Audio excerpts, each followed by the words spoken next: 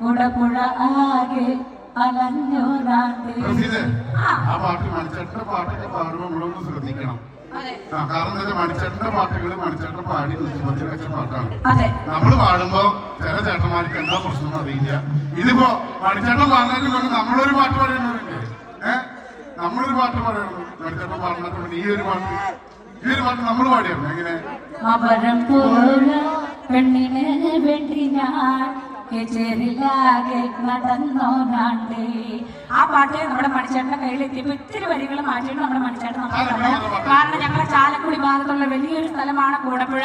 കൂടപ്പുഴ എന്ന് പറഞ്ഞാൽ ഈ ലോകത്തുള്ള മലയാളികൾ എവിടെയുണ്ട് അവിടെയെല്ലാം ഞങ്ങളുടെ കൂടപ്പുഴ അറിയിക്കുന്നതിന് വേണ്ടി നമ്മുടെ മണിച്ചേട്ടൻ ചെയ്തു. ചാലക്കുടി മാറ്റി കൂടപ്പുഴയാക്കി.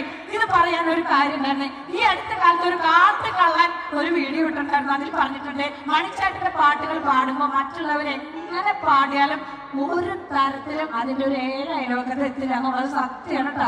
ഭഗവാന്റെ നടയെന്ന് പറയാണ്. മണിച്ചേട്ടൻ കപ്പലാണെങ്കിൽ ഞങ്ങൾ നാടൻ പാട്ട് പാടി ജീവിക്കുന്നത് വെറും കപ്പലണ്ടികളായിട്ട് ആ പാട്ട് പാടാനുള്ള ആ ബോധ്യത്തോടു കൂടി തന്നെ ആ പാട്ട് നമ്മുടെ കലാകാരന്മാർ പാടി തരും കേട്ടോ.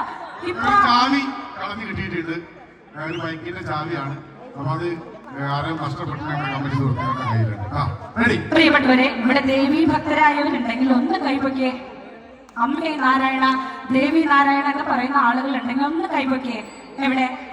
ഓൾമോസ്റ്റ് ആളുകളുണ്ട്.